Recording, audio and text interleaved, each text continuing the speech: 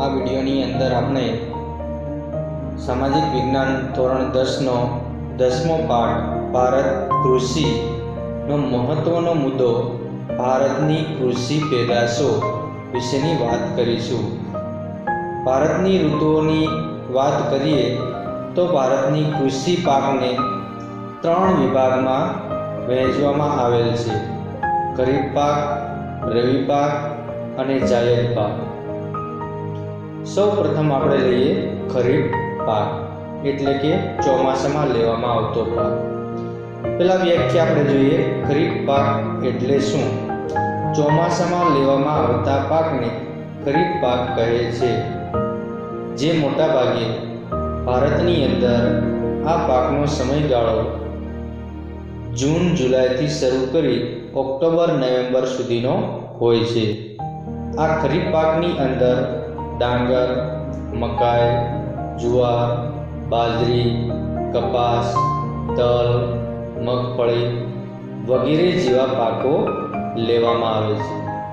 જ્યારે બીજો પાક લઈએ તો તે છે રવિ પાક। રવિ પાક એટલે શિયાળામાં લેવામાં આવતા પાક। આ પાકનો સમયગાળો ઓક્ટોબર-નવેમ્બરથી માર્ચ-એપ્રિલ સુધીનો હોય છે।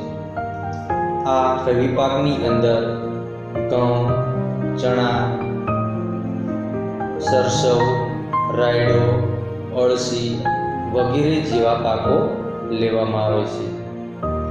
ત્રીજો મહત્વનો વિભાગ જોઈએ તો તે છે જાયદ પાક। ઉનાળામાં લેવામાં આવતા પાકને જાયદ પાક કહે છે। આ પાકનો સમયગાળો માર્ચથી જૂન સુધીનો હોય છે।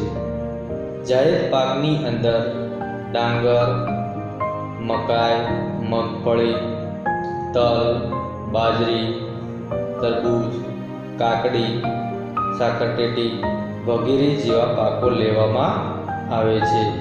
તો એ છે ખરીફ પાક, રવિ પાક અને જાયદ પાક વિશેની મુખ્ય બાબતો।